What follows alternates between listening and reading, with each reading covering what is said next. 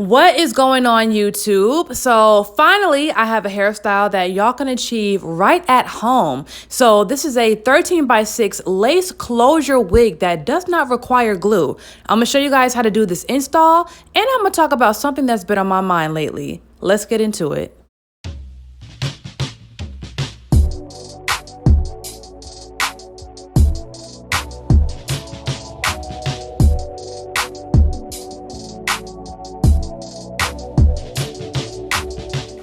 So before I get into the tutorial, you already know I gotta announce my monthly $100 giveaway. All you have to do is be subscribed to my channel, like this video, comment below, and then leave your Cash App. One of y'all is winning $100 in all the products from this video.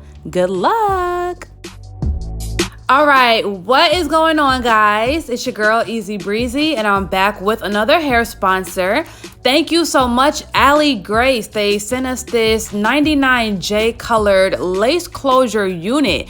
Now, y'all already know these wigs, you can use glue or you don't really have to, because the lace closure wigs are able to stay on your head nice and securely without glue. They also have the combs and the drawstrings in the back. Just like in a few of my other lace closure videos, I say all females need at least one or two good lace closure wigs because we all have those days where we have bad hair days. We may have made a hair appointment, but it got canceled. You know, in between our hair appointments, we need those quick hairstyles. And not all of us know how to apply a lace frontal wig on ourselves at home, you know? So why not just keep a hair hat?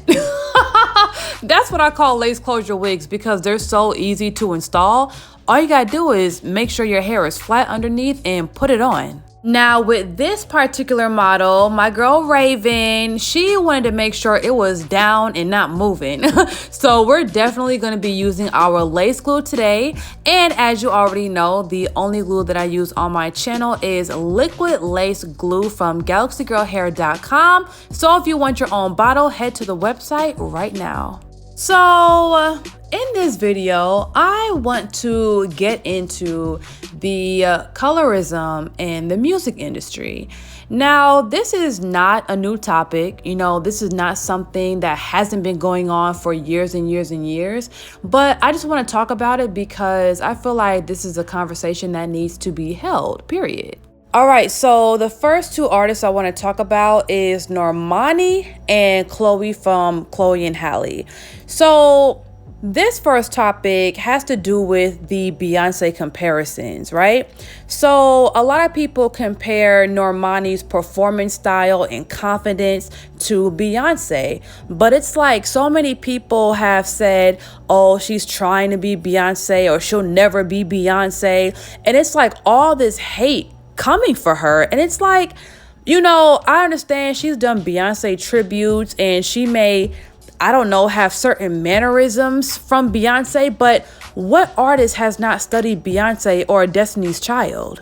But that's not even the real problem, because I understand all artists go through some type of backlash and, you know, initiation process to prove that they're strong enough to earn people's respect. The actual problem comes in for me is people praising Chloe for having the same mannerisms, for performing, for, you know, having that Beyonce-like confidence on stage.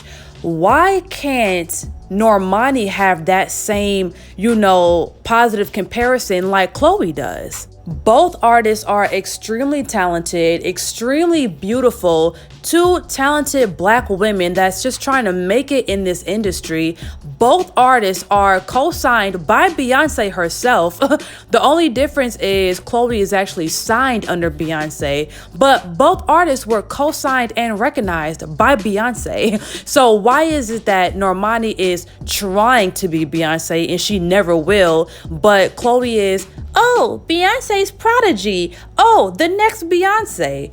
That's just not fair. So call it what you want, but In my experience seeing artists, in the music industry, dark-skinned girls really have to go harder. They have to prove that they are the total package, while some light-skinned artists in the industry kind of get a pass. Not saying that Chloe is getting a pass because, honey, she earned her stripes, period. But that leads me to the next topic. Kash Doll and Saweetie. Both artists are beautiful black women, beautiful faces, bodies, and just have a presence about themselves. But let's be real, one is noticeably stronger lyrically, and the other one is just more entertaining. So listen, we're being 100 today.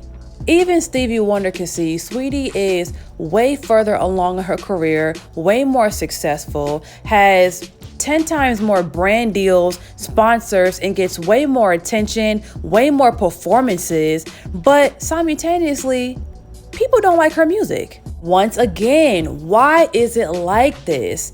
But you know what? I will say I'm not gonna blame it solely on skin color. One artist clearly has a more powerful social media presence than the other. One is way more entertaining. One is way more consistent. And one has more famous boyfriends than the other. But beyond that, it still seems like people value entertainment and short-term hits, rather than actually being a talented lyricist and having timeless music. Now, maybe it's just people's preference. What do you prefer to listen to? Do you want to listen to music that makes you really think and that inspires you? Or do you want to listen to music that makes you want to dance? Either way, it's not a problem. It's just the colorism for me. Now, I will say this, all right? Not all art expression is about making people think and being articulate and having a strong pen game. Sometimes people need to dance, people need to laugh, and people need to have fun. So each type of artist is definitely necessary in the world. Nah, but for real, what will we do without bops? What will we do without club music? So I'm not saying, we don't need that, because we definitely need that. My thing is, why is it that female artists, rappers of a darker complexion have to do more just to be respected and get their flowers? Have to be the best dancer, be the best lyricist, be the best singer, the best performer? Like, they really have to go dumb hard just to be on the same level as the lighter complexion artists. And to make it even worse, some of these artists out here don't even have to have good music to be endorsed, to have their music play on the radio, or to be invited to perform at these award shows. Like, it's crazy. All they have to do is fit the universal standard of beauty and, I guess, be entertaining. I mean, I guess there's nothing wrong with that, Don't hate the player, hate the game. And listen, don't even get me started on gender discrimination, because half the things that these male rappers get away with, a female rapper will get canceled in 2 seconds. But that's a whole nother video. So tell me what you guys think about this topic. Do you agree with me? Do you not agree with me? Do you only agree to a certain extent? Let me know in the comments so we can talk about it. In the meantime, I'm gonna go ahead and finish up this haircut on this lace closure wig, then we're gonna style it.